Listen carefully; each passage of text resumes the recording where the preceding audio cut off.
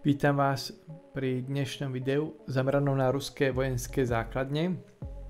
Tentokrát je to ruská vojenská základňa Primorsko-Achťarsk v Krasnodarskom kraji. Začíname opäť exteriérom, čiže okolím tejto základne. A tu už vidíme oplotenie, ktoré je opäť také jednoduché, iba betónový stĺp, natiahnutý drôt.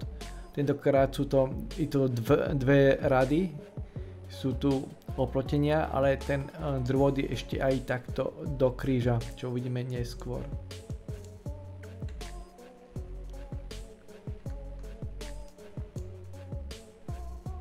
Tu môžete vidieť, že je takto ten drôt ešte do kríža. Ale opäť je to kvázi jednoduché oplotenie, ktoré sa dá ľahko prekonať na to, že je to vojenská letecká základňa a už ďalšie oplotenie tam nie je. Posunieme sa teraz trošku dopredu. Blížime sa k mestu. Tu už je názov mesta a pumpa. Opäť stále typické oplotenie.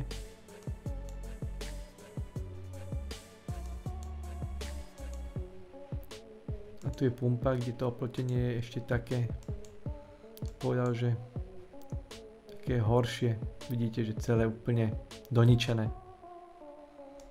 Tak to je chránená ruská vojenská základňa. Opäť sa presunieme ďalej. Ideme k vstupu na letisko a tu už je to oplotenie také kvalitnejšie. Čiže betónové panely a na vrchu ostnatý drôt. Všetko to prípada také potemkinovské, že tu na to oplotenie, dajme tomu, že OK, ale okolie letiska jedna katastrofa. Tu je vstup pre personál, prvý vstup a parkovisko. A tu je druhý vstup, kde už je aj monument, čiže monument, ktorý reprezentuje charakteristiku vojenskej základne. Je to vojenská letecká základňa, tak tu má lietadlo. Teraz neviem, sú tu Suchoj, tak možno, že to je Suchoj alebo MiG, ťažko povedať, neviem takto usúdiť v rýchlosti, o aký typ lietadla ide, ale je to staročké lietadlo, možno z 50 rokov. Môj typ, nechcem teraz ako hovoriť, ale možno, že to je nejaký starý Suchoj, podľa toho chvostu, lebo Suchoj majú takéto chvost, taký ako keby ešte chvostík na konci, ale nechcem teraz polemizovať. Ale je to proste monument vojenskej leteckej základne. Posunieme sa ešte trošičku ďalej. Tu je taký posledný bod, ktorý je najbližšie k základni, ktorá sa nachádza tu na. No a tu opäť chcem poukázať, že tie cesty, proste to je blato, kameň. Idem trošku to ukázať, lebo naozaj tí ľudia, čo tu vyspevujú, Rusko je krásne, Rusko je super, tak aby videli, ako v Rusku vyzerajú cesty medzi domami. Ja neviem, či by chceli po takomto niečom jazdiť. Hej, a tu takéto rodinné domy.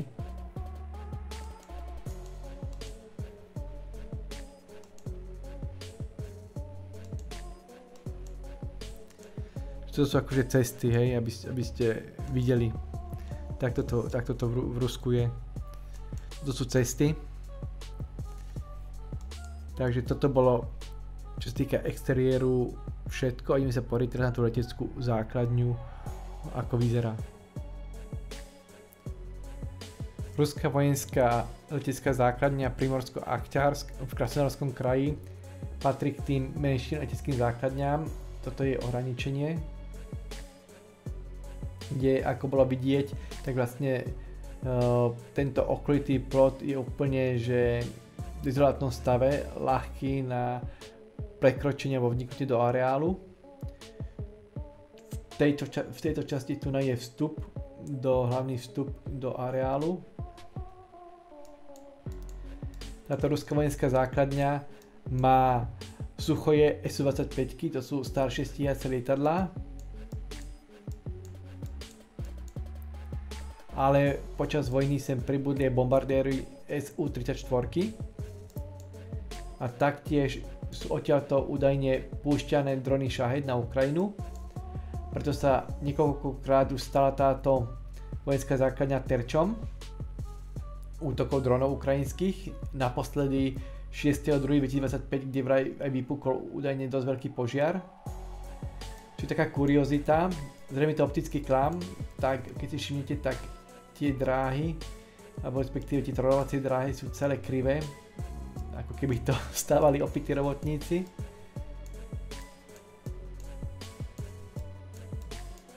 Ale už čo mám ďalšie satelitné zábery, tak tam už takáto krivosť nie, či to je možno nejaká anomália, možno že kvôli, možno že je nejaký optický klam.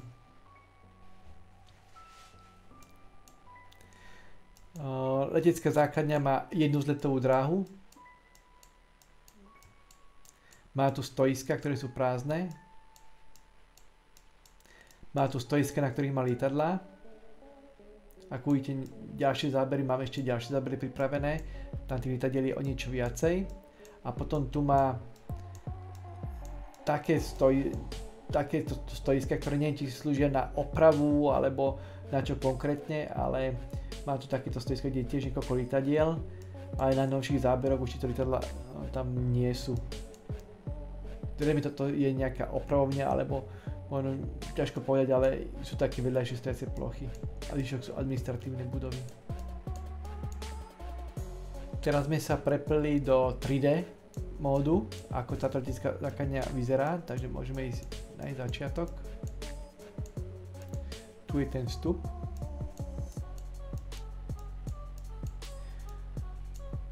Tu sú tie možno opravovne alebo nejaké stojacie miesta za nejakým účelom. Tu sú stoiska, kde sú lietadlá pripravené.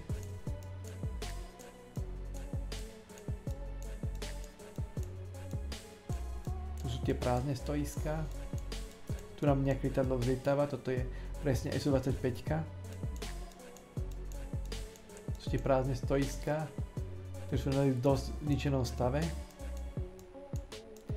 Celkovo tieto ruské letiska, keď si pozrite, tak také ako keby panelové sú, čo svedčí o tom, že tie lietadlá znesú takmer všetko, vedia pristať na všetkom, kým západné lietadlá musia mať naozaj kvalitné vzletové pristávacie dráhy. To bol aj problém, prečo my sme nemohli tak rýchlo switchnúť na F-16, lebo naše vojenské základne nezodpovedali podmienkam na to, aby mohli tieto lietadlá bezpečne pristávať.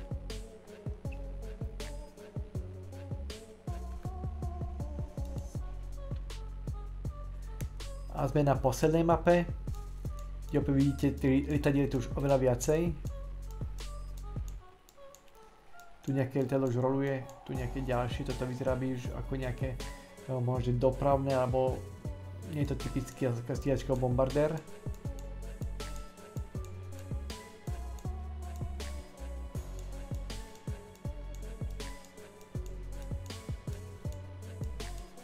Poďme sa ešte na to stoisko, kde sú tie údajné, čo si myslím, že opravovne alebo niečo také. Tak tu je to všetko prázdne kvázi. Jedno lietadlo tu je. Takže to bol taký pohľad na ruské vojenské letisko Primorsko-Achtiarsk v Krasnojarskom kraji z môjho pohľadu, ako to ja vnímam. S nejakými informáciami, ktoré som si o tomto letisku našiel a naštudoval. A s môjim pohľadom, ako to ja vnímam, z toho, čo som videl okolie a aj ako to letisko samotné vyzerá. Ešte na záver doplním, že toto letisko patrilo k letiskám, kde sa kreslili na stoiska fiktívne lietadlá, nakoľko toto letisko bolo už viackrát pod útokom ukrajinských dronov.